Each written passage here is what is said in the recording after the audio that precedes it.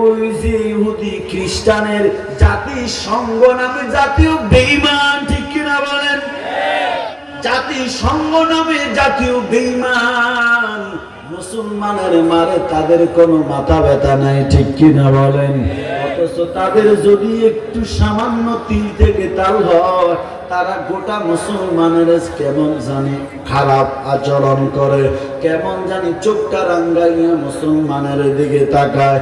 এর নবীর উম্মত, এই জন্য আল্লাহ কোরআনে বলেন, মা তাকুমুর রাসূলু ফাখুযু ওয়া মা নাহাকুম আনহু ফান্তাহু। এর যুবক, তুমি কার আদর্শ মানবা? এই দুনিয়ায় যত আদর্শ আছে সব আদর্শওয়ালা নাপাক, একমাত্র আমার মদিনার নবীর আদর্শ হলো পাক। আমার নবীর মতো দামি কোন নবী নাই। দেখ, একটা যুবক মাদ্রাসায় পড়ে নাই, একটা যুবক হাফেজ হয় নাই, আলেম হয় নাই, অথচ মুখের মধ্যে নবীর সুন্নতি দাড়ি, এমন যুবক আছে না নাই? মাথার মধ্যে নবীর সুন্নতি টুপি আছে না নাই? গায়ের মধ্যে নবীর সুন্নতি জামা, এমন যুবক আছে না নাই? ব্যবসা করে যুবক, আজান দিলে সাঁতার পালাইয়া মসজিদে গিয়া নামাজ পড়েন, এমন যুবক আছে না নাই? রিক্সা চালায়, ভ্যান গাড়ি চালায়, মিশু চালায়, অটো চালায়, মাদ্রাসায় পড়ে নাই, অথচ আজান দিলে রিক্সাটা, ভ্যান মিশুটা মসজিদের পাশে দাঁড়াইয়া বান্দা ওযু করে নামাজ পড়ে, এমন যুবক আছে রে। কত যুবক মা বাবার গালি দেয় না, মা বাবার সেবা করে, মা বাবার সাথে ভালো ব্যবহার করে, মুরব্বীদের দোয়ানে আলেমদের বয়ান যেখানে হয় সেখানে দৌড়ায়, এমন যুবক আছে না নাই? এরা যুবক, তুমি চিন্তা করো, তুমি কেন পারো না? আমি একবার বলি না, তুমি আমার মতো টুপিওয়ালা, দাড়িওয়ালা, পাগড়িওয়ালা, পাঞ্জাবি দিয়ে তুমি মসজিদে শুধু জিকির করো, কোরআন তেলাওয়াত করো, বরং আমি বলি, তুমি তোমার লাইনে দেখো, তোমার লাইনে অনেক যুবক ভ্যান চালায়, নামাজি দাড়িওয়ালা আছে না নাই?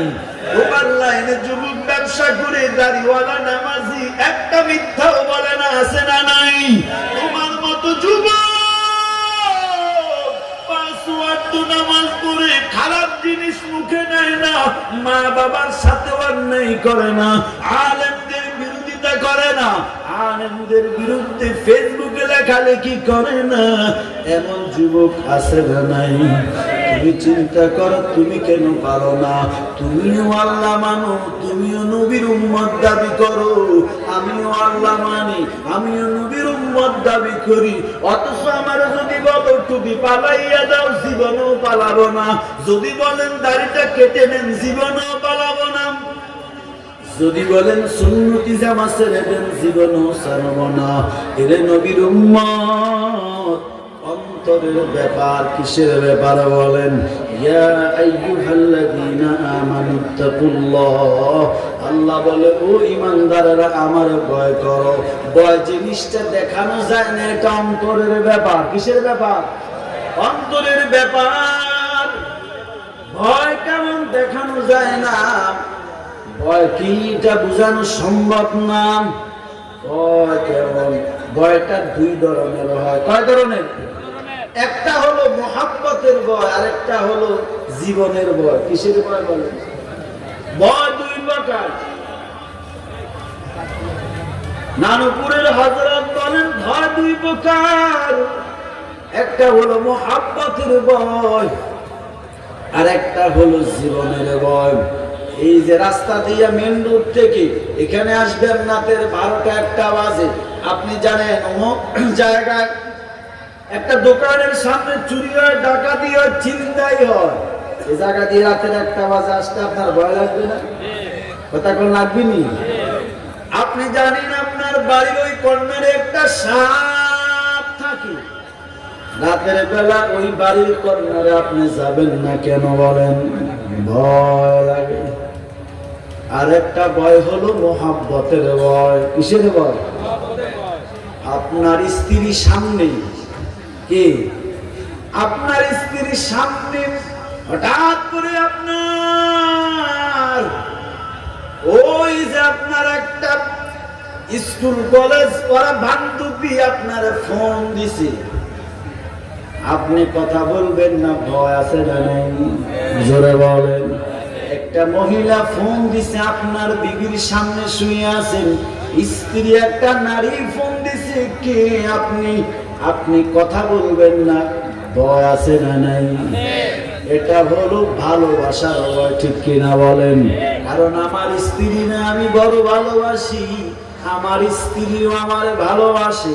রাতে 11টা-12টা বাসমুয়ার চিবায়, দোকানের চিবায় গিয়া অন্য নারীর সাথে মোবাইলে কথা কয়, কিন্তু বাড়িতে এসে স্ত্রীর সামনে অন্য নারীর সাথে কথা কয় না।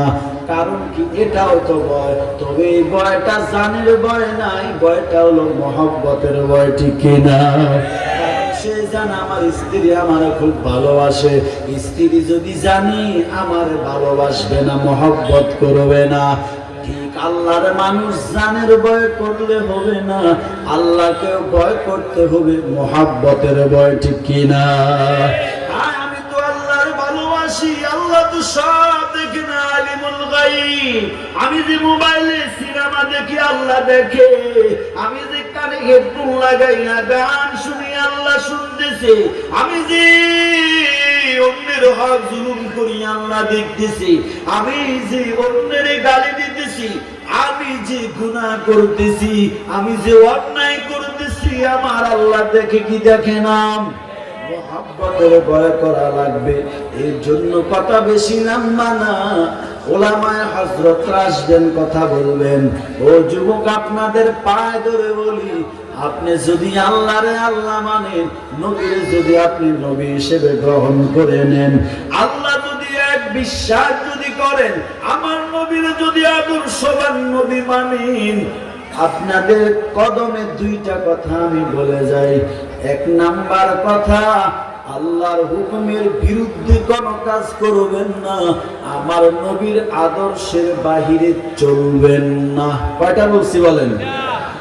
এক নাম্বার, আল্লাহর হুকুমের বিরুদ্ধে কোনো কাজ করব না, যেটা আল্লাহ নিষেধ করেছেন, যেটা আল্লাহ নিষেধ করেছেন সেটা করবেন না। দুই নাম্বার, আমার নবীর আদর্শের বাহিরে চলবেন না।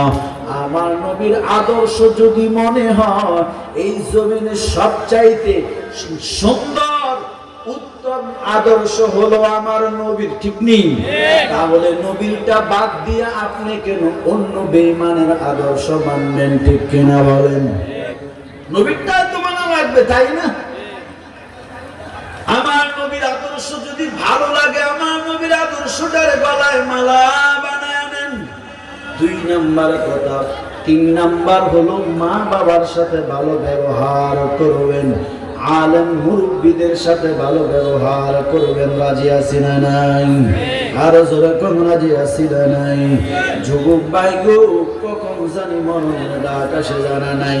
এই জন্য বলি, সাহাবায়ে কেরাম ইসলামের জন্য স্ত্রীরে বিধবা করেছেন, সন্তানের এতিম করেছেন, বাড়ি ছেড়েছেন, এবং কি আবু বকর নবীর সাথে হিজরত করে মক্কা ছেড়ে মদিনায় চলে গেছেন। আমার নবী উম্মতের জন্য মক্কা ছেড়ে মদিনায় হিজরত করেছেন, পাথরের আঘাত সহ্য করেছেন, দান শহীদ করেছেন, উহুদের জমিনে রক্ত মুবারক ঝরিয়েছেন, খন্দকের যুদ্ধে নবী পেটের মধ্যে পাথর বেঁধেছেন। আমার নবী উম্মতের জন্য 3টা বছর জেল কেটেছেন। এরে নবীর উম্মত, এই আদর্শ, নবীর আদর্শ মানার দরকার আছে না নাই? আরো জোরে বলেন, আছে না নাই? আপনি যদি নবীর আদর্শ না মানেন, এই নবীর আদর্শ কি হিন্দুরা মানবে? ইসকনের মতো গুন্ডা বাহিনীরা মানবে? সন্ত্রাসীরা মানবে না, না, বরং তারা আরো আমার নবীর অসম্মানী করে, আমার আল্লাহরে আল্লাহ মানে না। তুমি যদি আল্লাহরে আল্লাহ বলে মানো, তুমি নবীরে যদি নবী বলে মানো, তুমিও দেখায়া দাও আমি আল্লাহ এক, আল্লাহ বিশ্বাসী। তুমিও আমার নবীর আদর্শটা পালন করে বেঈমানরে দেখায়া দাও আমিও আমার নবীর আদর্শ মানি, ঠিক কিনা? আল্লাহ আমাদের সব ভাইকে কবুল মঞ্জুর করুন, সকলে বলি আমিন। এই যুবক আল আহদাফ ফাউন্ডেশন, এখানে যুবক আছে না? অনেক যুবকরা আছে না ফাউন্ডেশনে? হ্যাঁ, তুমি যুবক এমন কিছু ভালো কাজ করো, সমাজকে এমন কিছু উপহার দিয়ে যাও যাতে মরার পরে মানুষ তোমারে স্মরণ করে, ঠিক কিনা বলেন? কাজী নজরুল, আপনি সমাজের ভালো কাজ করতে হলে মেম্বার, চেয়ারম্যান, এমপি হওয়া লাগে না, ঠিক কিনা বলেন? মাঝে মাঝে দেখবেন পোস্টারে লেখা থাকে অমুক ভাই অমুক মার্কায় ভোট দিয়ে জনগণের সেবা করার সুযোগ দিন, ঠিক নেই? আরে ভাই, জনগণের সেবা করতে হলে কি আপনার এমপি ভোট দেওয়া লাগবে? না, না, 8টা রিক্সা চালকও চাইলে সেবা করতে পারে। আপনাকে বড় ডিগ্রি অর্জন করতে হবে না, না, একের পিএইচডি করতে হবে না, না।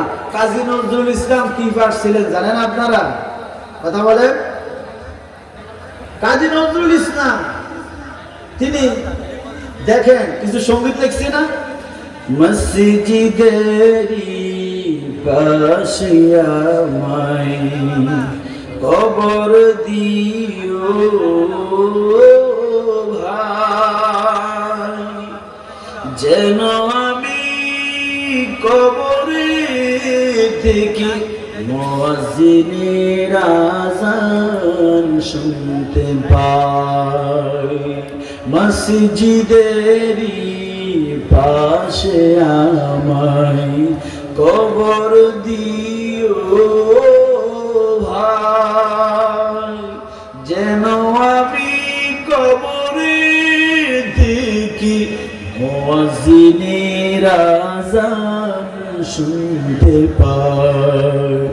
আমার কবরের পাশে দিয়ে ভাই নামাজিরা যাবে, পবিত্র সেই পায়ের ধ্বনি এ বান্দা শুনতে পাবে, ঘোরা যাবে থেকে আমায় রেহাই দিবে ভাই, মসজিদেরি পাশে আমায় কবর দিও ভাই।